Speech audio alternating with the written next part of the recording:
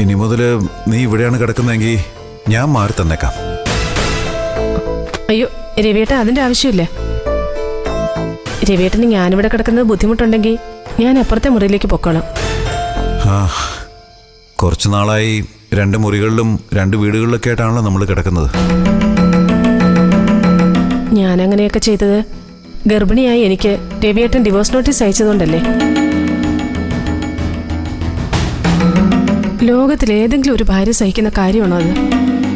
അതും 2 പേരും ഒരേ വീട്ടിൽ കഴിയുമ്പോൾ. ഞാൻ അങ്ങനെ ഒരു വക്കീൽ നോട്ടീസ് രവിയേട്ടന്റെ പേരിൽ അയച്ചതെങ്കിലോ? നീ അയക്കാത്തത് കൊണ്ടാണല്ലോ ഞാൻ അയച്ചത്. എന്നെ വിട്ടുപോകാൻ നീ ആഗ്രഹിക്കുന്നുണ്ടെന്ന് എനിക്ക് തോന്നി. സത്യത്തിൽ നിന്നെ സഹായിക്കാൻ വേണ്ടി ഞാനത് ചെയ്തേ. പിരിഞ്ഞു പോകാൻ ആഗ്രഹിക്കുന്നവരെ പിടിച്ചു നിർത്തുന്നതിൽ അർത്ഥമില്ല.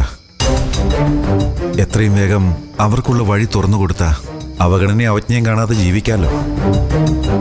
സ്വാതന്ത്ര്യം തേടി പോയവർക്കും സന്തോഷം. അങ്ങനെ ഒരു സ്വാതന്ത്ര്യം ആഗ്രഹിച്ചവളാണെങ്കിൽ ഞാനിപ്പോ തിരിച്ചു വരുന്ന രവിയേട്ടന് തോന്നുന്നുണ്ടോ? എനിക്ക് ചില കാര്യങ്ങളില് വാശിമൈരാഗയുണ്ടെന്നുള്ളത് സത്യം. പക്ഷേ എനിക്ക് ജീവിക്കണമെങ്കിൽ രവിയേട്ടനില്ലാതെ പറ്റില്ല. എന്നാലും എന്നെ ആരോ തട്ടിക്കൊണ്ടുപോയെന്നും പറഞ്ഞ് രവിയേട്ടൻ പോലീസിൽ പരാതി കൊടുത്തില്ലേ? എന്നെ രാത്രി വീട്ടിന് പുറത്ത് നിർത്തിയതും പോരാഞ്ഞു പോലീസ് സ്റ്റേഷനിൽ വരുത്തിച്ചില്ലേ? രവിയേട്ടന് ശാപം കിട്ടും. എന്റെ മാത്രമല്ല, നമ്മുടെ കുഞ്ഞിന്റെ ശാപം കൂടി കിട്ടും. 2-3 ദിവസം ഞങ്ങൾ അനുഭവിച്ച വീർപ്പൂട്ടൽ എന്താന്ന് രവിയേട്ടൻ അറിയില്ലല്ലോ. രവിയേട്ടൻ ഒരു കോള് വിളിച്ച് നീ ഇങ്ങോട്ട് വാടിയെന്ന് പറഞ്ഞിരുന്നെങ്കിൽ ഞാൻ ഓടി വരുമായിരുന്നില്ലേ രവിയേട്ട?